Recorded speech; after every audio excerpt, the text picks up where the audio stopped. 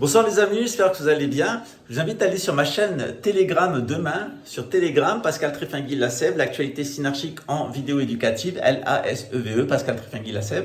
Vous avez tous les jours des nouvelles vidéos, quelquefois 2-3 fois par jour. Demain, vous aurez 3 vidéos. Une première vidéo, elle dure en moins de 15 minutes chacune. Une première vidéo, c'est l'eschatologie chrétienne, judéo-chrétienne. Qu'est-ce qui va se passer maintenant à la fin des temps? La deuxième vidéo, c'est une vidéo sur l'eschatologie musulmane. Qu'est-ce que nous enseigne l'islam en complément des prophéties du christianisme et des prophéties du judaïsme.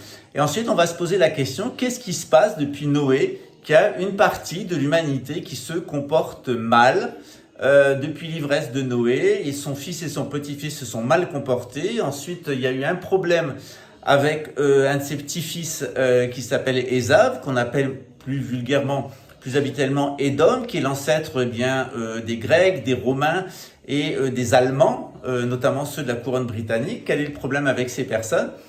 Et quel est le lien avec aussi un autre peuple qui pose problème dans les descendants de Cham, c'est les Cananéens. Pourquoi il y a un problème avec les Cananéens, et en particulier avec leurs descendants les Khazars? Alors quand c'est de bons juifs, ils ne posent pas de questions, ils ne posent pas de problème, mais alors quand ils apostasient, il pose un sérieux problème. Voilà, donc on va voir ça. Donc, première vidéo sur l'eschatologie judéo-chrétienne, la deuxième sur l'eschatologie musulmane, et la troisième, en général, on va se poser la question du point de vue biblique et coranique. Qu'est-ce qui ne va pas dans la Bible et le Coran? Qu'est-ce qu'on nous dit qui ne va pas? Et on va parler notamment des versets sataniques, non pas tels que le président Saddam Rushdie, mais la mention par le prophète Mohammed. Dans le Coran, d'une problématique, il y a 3 divinités qui sont les fils du dieu Hubal. Et qui est ce dieu Hubal? Pourquoi c'est lié à une source? Pourquoi on retombe sur la sourate 18 du Coran? Pourquoi on retombe aussi sur le prophète Élie? De quoi il s'agit? Puis dans la problématique de Noé, quel est le lien avec Enoch? Donc on verra tout ça demain, j'espère que ça vous plaira. Puis on va continuer aussi notre investigation sur les réseaux pédophiles du Brésil. Vous savez, quand je suis arrivé au Brésil, je savais que je serais attaqué par des réseaux pédophiles ou qu'on bombarderait dessus des pédophiles psychopathes dans les pattes. Alors c'est ce qui s'est passé. On a eu un tir de pédophiles ou de garçons qui sont pas véritablement pédophiles mais qui prennent des femmes qui ressemblent à des poupées, à des enfants. C'est toujours le même milieu de pédophiles. C'est aussi des femmes très jeunes qui ont été mariées avec des hommes très vieux, donc c'est aussi de la pédophilie. On s'est aperçu dans notre projet que toutes les personnes qui nous ont posé problème, elles sont liées à la pédophilie. Alors ça a fait l'aubaine de la police brésilienne, figurez-vous, parce qu'ils avaient envie de se faire un certain nombre de pédophiles au Brésil, en particulier le superintendant de Barra. Ils avaient envie de se faire un avocat qui était un ancien procureur. Ils avaient envie de se faire le commissaire du bureau de police à côté de chez moi, c'est sans doute pour ça qu'ils l'ont amené là, et qu'il a été rémunéré par Luxembourg, il s'est fait piéger. Et ensuite, on a envie de dégager quelqu'un au niveau du ministère public, parce qu'il y a quelqu'un au ministère public de Rio de Janeiro qui protège les pédophiles. Et je vous révélerai sans doute cette semaine l'identité de ce protecteur des pédophiles. Alors le temps de ces personnes-là, il est compté. Tout ce petit monde-là va aller en prison en 2023. Que ça soit au ministère public de Rio, que ça soit l'avocat, que ça soit le commissaire, tout ce petit monde va partir en prison, il le sait. Alors avant que Jair Bolsonaro, le premier pédophile du Brésil, aille en prison, ils se sont un petit peu fait leur activité habituelle, c'est l'inversion accusatoire. Ils se sont pas gênés de m'accuser d'être un pédophile, d'être un escroc, d'être un assassin. Ça a été en cœur jusqu'à la télévision. Sauf qu'à la télévision sont apparus 4 beaux pédophiles ou liés au milieu pédophile.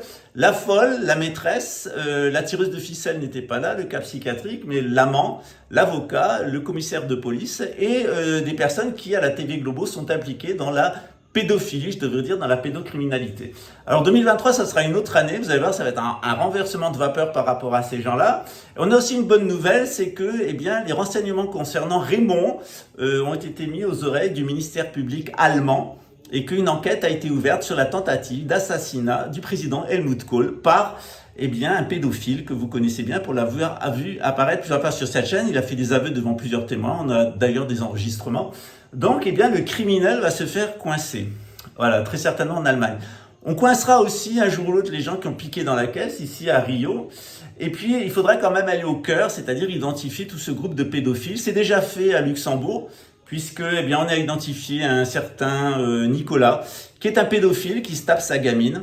Et à l'intérieur de la direction générale de la police de Luxembourg et qui a monté des affaires ici. Voilà, ces gens-là sont venus faire des petits tours au Brésil. Voilà.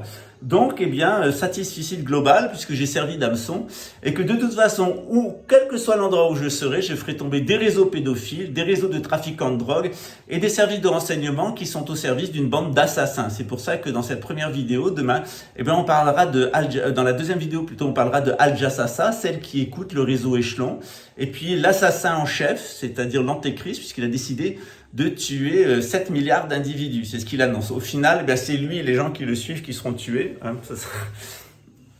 Retour de manivelle, c'est toujours embêtant quand on veut démarrer une 2 chevaux, c'est qu'on a toujours des retours de manivelle. Voilà, donc ça, c'est demain, vous aurez 3 vidéos.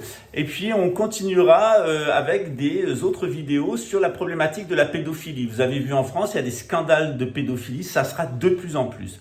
Tout maintenant va se jouer l'effondrement de la République du Brésil, l'effondrement de Bolsonaro, l'effondrement aux États-Unis, l'effondrement en Europe va se faire sur la question de la pédophilie. La pédophilie a été un moyen de partir à la conquête du pouvoir et de déchristianiser nos républiques, enfin leurs républiques. Maintenant, ces républiques sont complètement satanisées. Vous avez vu l'affaire Joe Urbex avec la découverte d'une loge où on pratiquait les assassinats, la torture d'enfants, etc., près de Lourdes, près de Pau.